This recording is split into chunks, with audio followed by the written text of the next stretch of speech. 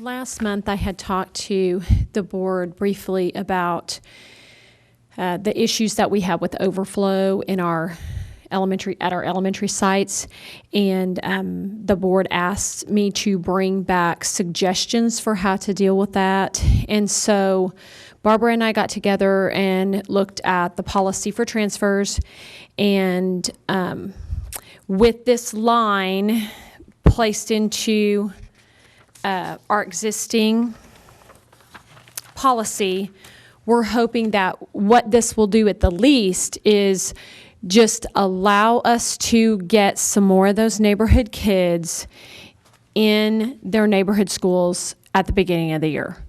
It will not completely take care of overflow. We will still have overflow, at probably several of our sites. But what it hopefully will do is allow some of those kids that enroll late, that are not in our transfer numbers when we have our transfer meeting, to have a space when they come in the day that school starts or the day before school or even the day after. Because this will keep principals from filling up their classes to capacity during that transfer meeting, and then when neighborhood kids come in later, there's not a spot for them. That's basically it. Are there any questions about that? Terry, you might read that change to them. Do you have it in front of you? Yes. Basically, the only thing that it would change would be this sentence that goes in: site grade levels reaching 93% capacity will not be allowed to accept transfers during the district fall transfer meeting. So if you ask what's the 93%, we did the math, and that would leave 2 spaces in each classroom for neighborhood students. And so basically, if you come into the transfer meeting and you're at 93% capacity in your 3rd grade, you wouldn't be allowed to take any kids during the transfer meeting. You would be allowing those spots for some of your later neighborhood kids to come in and take those spots.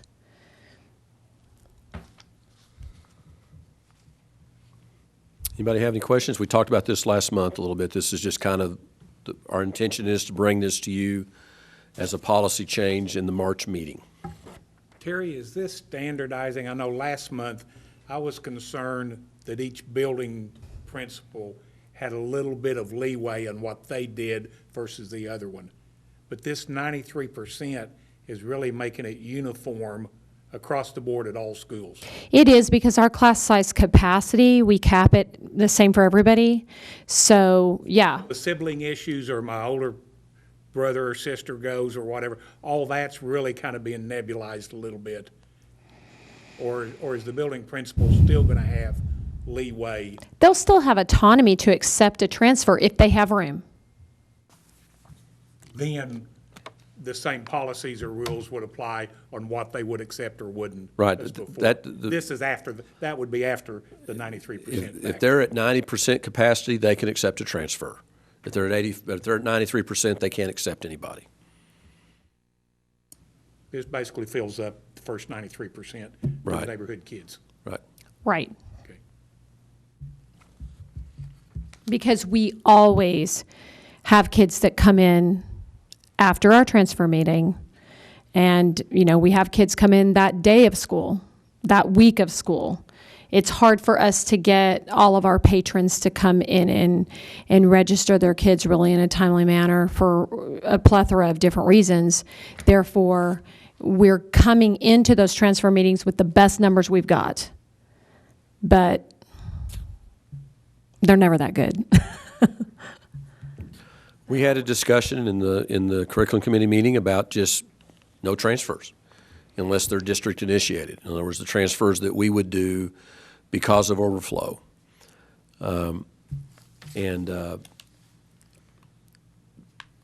There's merit to that. I think we've allowed transfers in this district for so long that it would be kind of hard to just all of a sudden draw a line in the sand that says we're not going to do it anymore from this date forward. I think we To me, this is a moderate approach. We try this, see if that helps us any, and if it doesn't, we may have to come down at some future date and say that there aren't going to be any more transfers.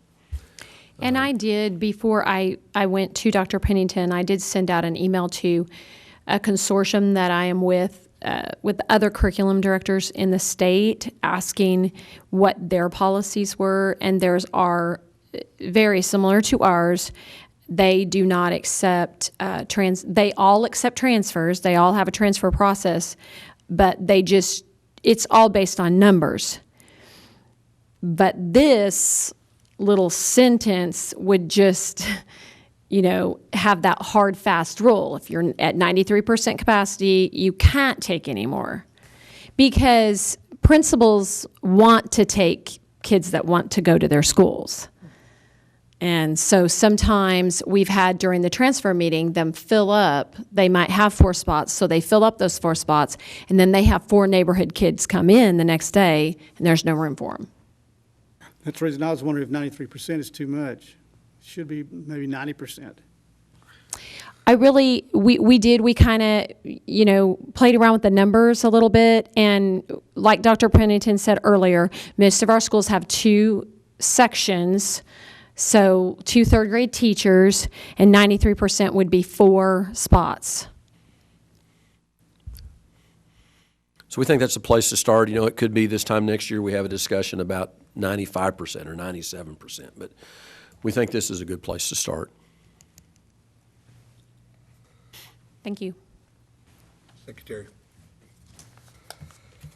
Do we need a motion to change this policy, or? We're going to do that in March. Okay. It'll be an action item on the March agenda. Thank you. Moving on to the consent calendar. I need a motion required for the approval of the consent calendar as printed. I'll make a motion to approve the consent calendar. Thank you, as Judy. printed. Second? Second. Call for the vote. Dr. Kincaid. Mr. Newsom. Aye. Mr. Riley. Aye. Mrs. Troop. Aye. Mr. Clark. Aye. Thank you. 6.1, consideration of and vote to approve or not approve the following district financial reports. Those reports A through M. Need a motion to approve? Motion to approve. Thank you. Second. Thank you. Call for the vote. Mr. Newsom. Aye. Mr. Riley. Aye. Mrs. Troop. Mr. Clark. Aye. Dr. Kincaid. Aye. Okay. At this point, we're ready for Ryan. Ryan McDonald is with us to take us through the rest of the next 3 items. All right, so you want me to read the agenda items and call for the motion? Go ahead. Okay, not a problem. The first agenda item we have is consideration and take action on a resolution determining the maturities and setting a date, time, and place for the sale of the $5,055,000 general obligation combined purpose bonds of the school district. And this is simply just an action item, as it says, that we're going to sell bonds here in a few months, and it sets how much those bonds are for, what the maturity is, and the date of that sale. Motion to approve. Second. Vote. Mr. Riley. Aye. Mrs. Troop. Aye. Mr. Clark. Aye. Dr. Kincaid. Aye. Mr. Newsom. Aye. Thank you. The next agenda item is consideration of and possible action upon a resolution authorizing the Board of Education of Independent School District Number 71 of Kay County, Oklahoma, Ponca City Public Schools to lease certain real property to the Kay County Public Buildings Authority, a public trust, and authorizing the president to execute the ground lease upon behalf of the board as lessor in several multiple originals, and after the same shall have been attested by the clerk to deliver such ground lease to the aforesaid authority as lessee, and directing the president upon behalf of said school district to execute any and all documents related to the ground lease and the transaction. What I'll do now is I'll discuss this agenda item and the following agenda item as one, because they kind of go hand in hand, and one without the other doesn't really make sense. So what we have done up to this point is we've called the general obligation bond election. The election has passed, and we're in the process, or actually we have sold that first series of bonds, and now we're ready for the financing where you get all of the money up front to construct the new projects. part of that process is to go to the county commissioners, who are the K County Public Buildings Authority, and ask for their support in assisting the district with getting all of the proceeds up front. We met with them in late January. They have approved the issuance of the bonds.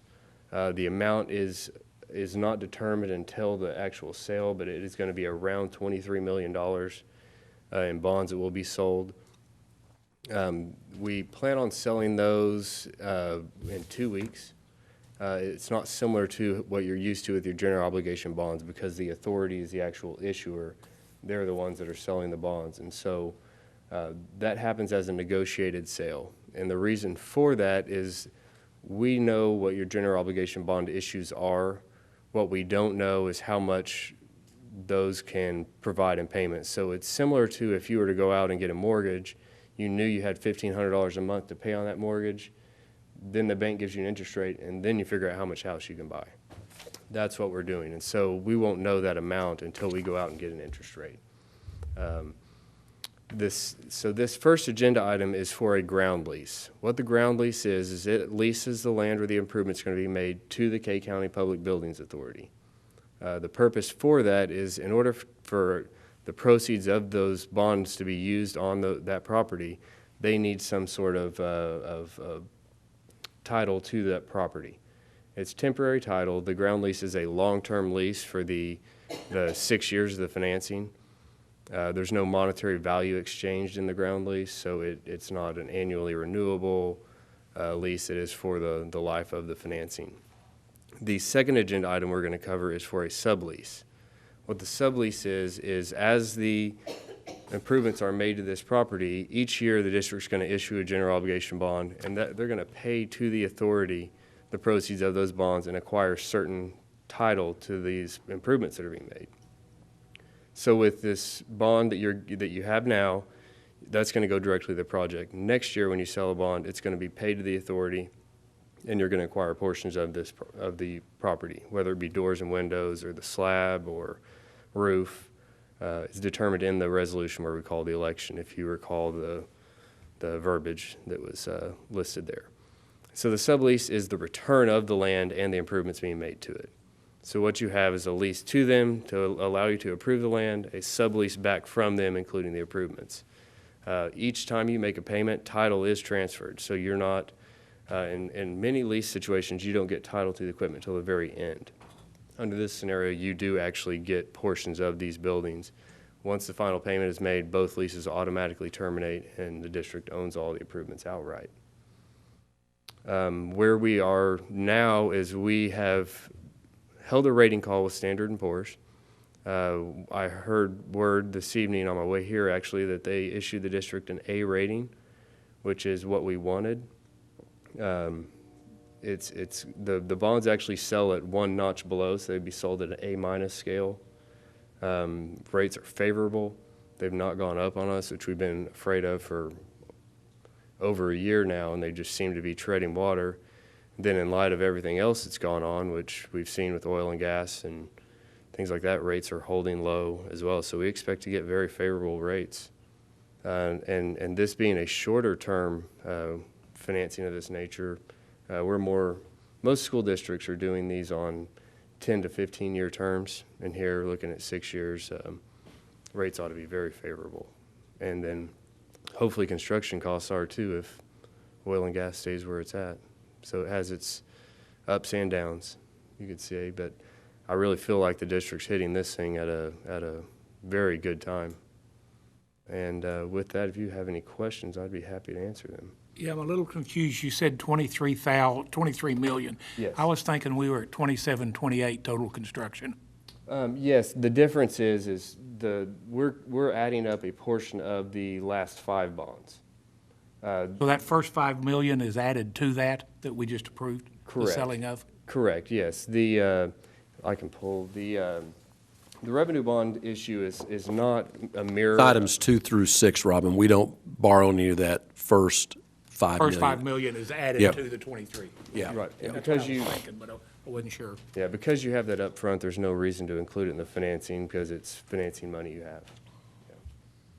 And then we did $1.5 million last month or so. Right. So really, it's 6.5 on top of that. But $1 million of that 5 is buses, Right. also to remember. That's true. So, okay. Move to approve 6.3. Second. Mrs. Troop? Aye. Mr. Clark? Aye. Dr. Kincaid? Aye. Mr. Newsom? Aye. Mr. Riley? Aye.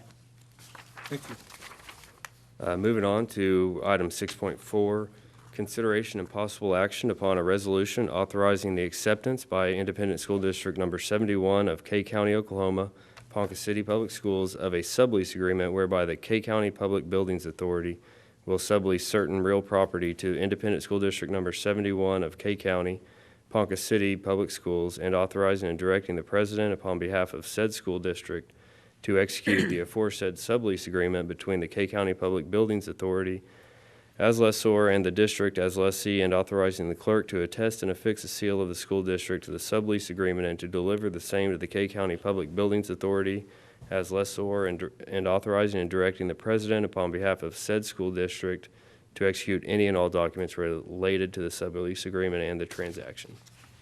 And again, this is the acquisition of the property back from the K County Public Buildings Authority. Do we have a motion? Move It's to 6. approve.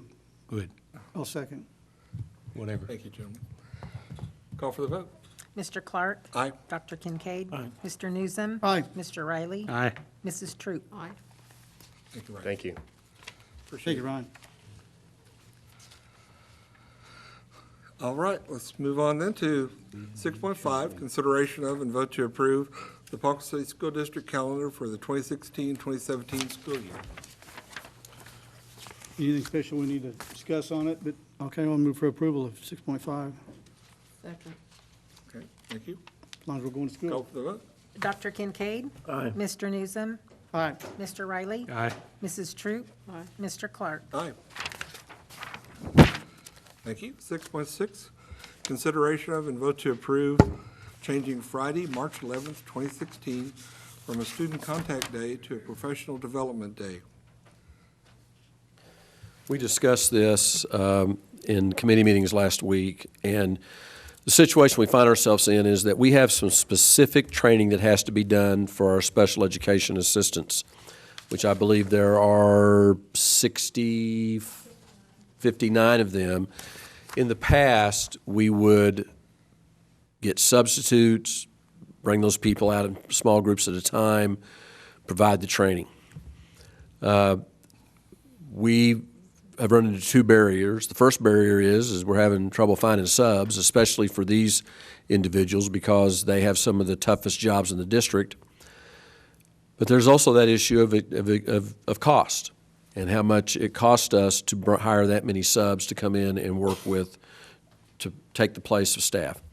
So as we were talking about saving money, one of the suggestions that was made was let's take March 11th, let's make it a professional development day, not only for our special education staff, but for all staff. And some professional development activities that we might have done, that we might have pulled people out for the third, fourth 9 weeks. We won't do that now. We'll do all that on March 11th. We have plenty of days in our calendar. This will not affect students. It is a contract day, so teachers have to be there. We just felt like that was a good adjustment to make and made sense to do it at this time. Any other discussion? So the kids are out of school that day now? Kids will be out of school. They get an extra day for spring break. Like it. We'll give them a day. I'll move to approve 6.6, Marvin. Thank you, Ryan. I second it. Call for the vote. Mr. Newsom? Aye. Mr. Riley? Aye. Mrs. Troop? Aye. Mr. Clark? Aye. Dr. Kincaid? I'd like to make a motion to table 6.7. Okay, the motion's been made to table 6.7. Second.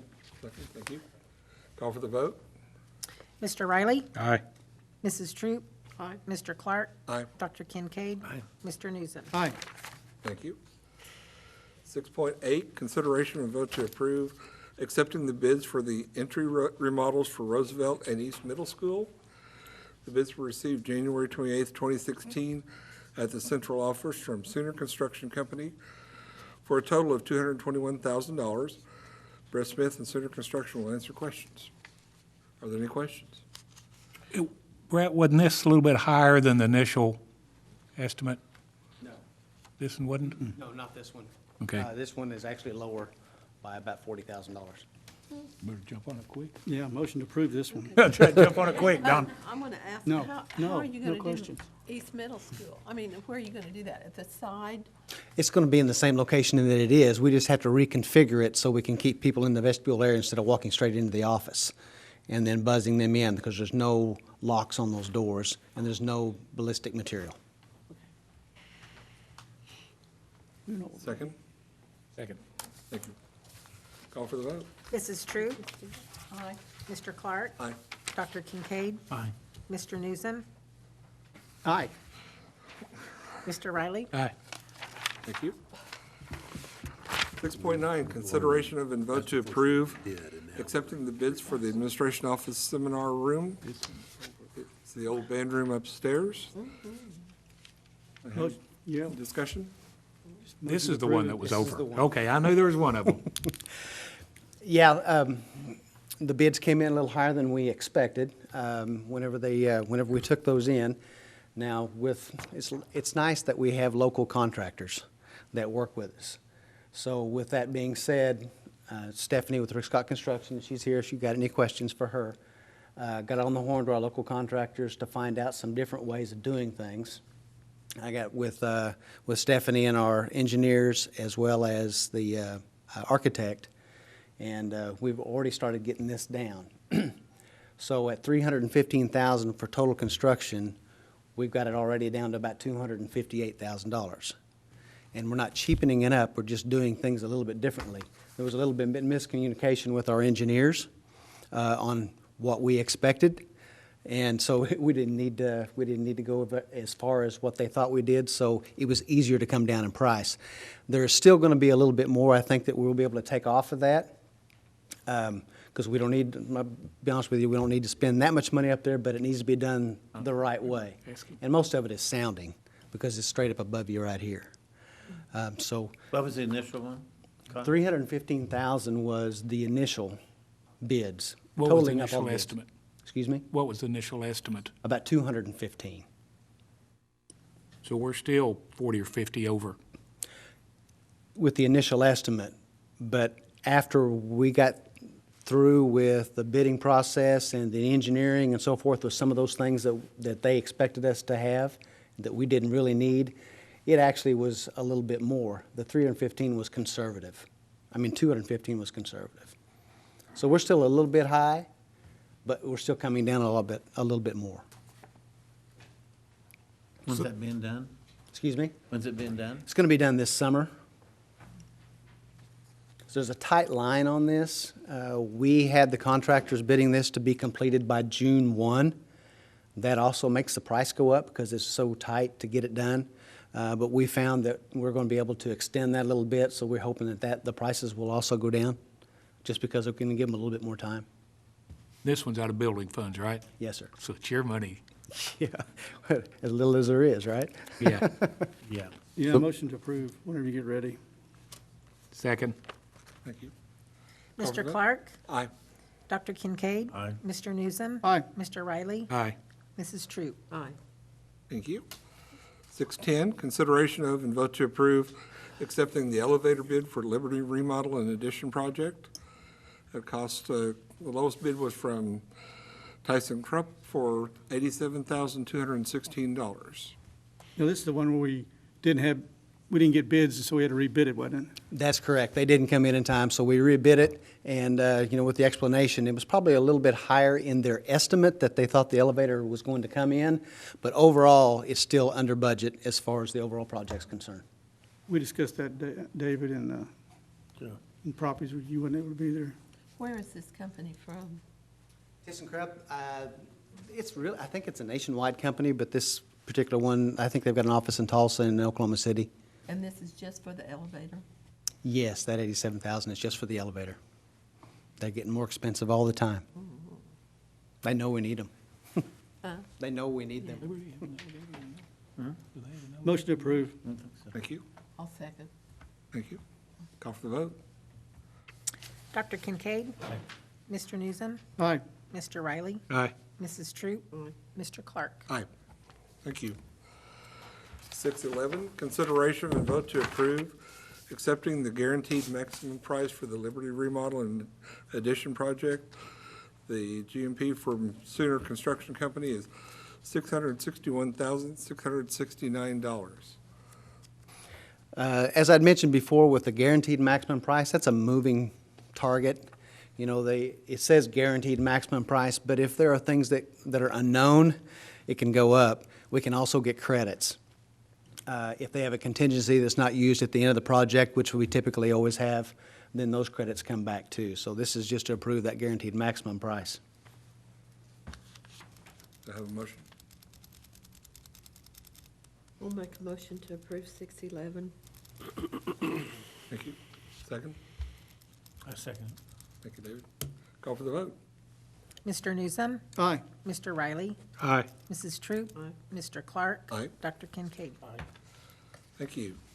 612, consideration and vote to approve accepting the GMP price for the entire, or the entry remodels for Roosevelt and East Middle School. The Center Construction Company is bid is $221,000. Motion to approve. Second. Thank you. Mr. Riley? Aye. Mrs. Troop? Aye. Mr. Clark? Aye. Dr. Kincaid? Mr. Newsom? Aye. 613, consideration of and vote to approve change order number 4 at Trout Elementary remodel and addition project in the amount of $13,875.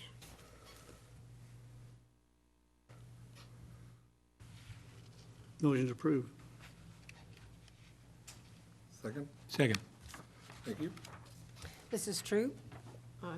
Mr. Clark? Aye. Dr. Kincaid? Mr. Newsom? Aye. Mr. Riley? Aye. Okay, thank you very much. Thank you, Brett. 614, consideration of and vote to approve declaring March 2nd, 2016 as Read Across America Day in Ponca City Public Schools. We've been through this before, so any discussion? 614. Second. Okay. Mr. Clark? Aye. Dr. Kincaid? Mr. Newsom? Mr. Riley? Aye. Mrs. Troop? Aye. Thank you. 615, consideration of vote to approve a proposed executive session for the following purposes: to discuss the possible termination, reassignment, resignation, and employment of personnel on the attached detailed personnel report, to discuss confidential conversations with the board's attorney concerning pending claims and litigation, to discuss the purchase of or appraisal of real property, to discuss negotiations. Do I have a motion? I'll make a We need an motion- executive session. make a motion for executive session. Second. Newsom? Yes. The vote? Dr. Kincaid? Yes. Mr. Newsom? Aye. Mr. Riley? Mrs. Troop? Mr. Clark? Aye. Thank you. We're in executive session. Is that one deal in there? Return to open session. You're not in, what are you in? Board minutes of the executive session were kept by the board members clerk and will remain confidential. 618, vote to approve recommendations for termination, reassignment, resignation, and employment of personnel. Do I have a motion? I'll move to approve 6.18. Thank you. I second it. Thank you, David. Call for the vote. Mr. Newsom? Aye. Mr. Riley? Aye. Mrs. Troop? Aye. Mr. Clark? Aye. Dr. Kincaid? Thank you. New business. Any new business? No new business. Being none, we'll move on then to adjournment. Do I have a motion to adjourn? I move we adjourn. Second. Thank you, gentlemen. Mr. Riley? Aye. Mrs. Troop? Aye. Mr. Clark? Aye. Dr. Kincaid? Aye. Mr. Newsom? Aye. Thank you very much. We are adjourned.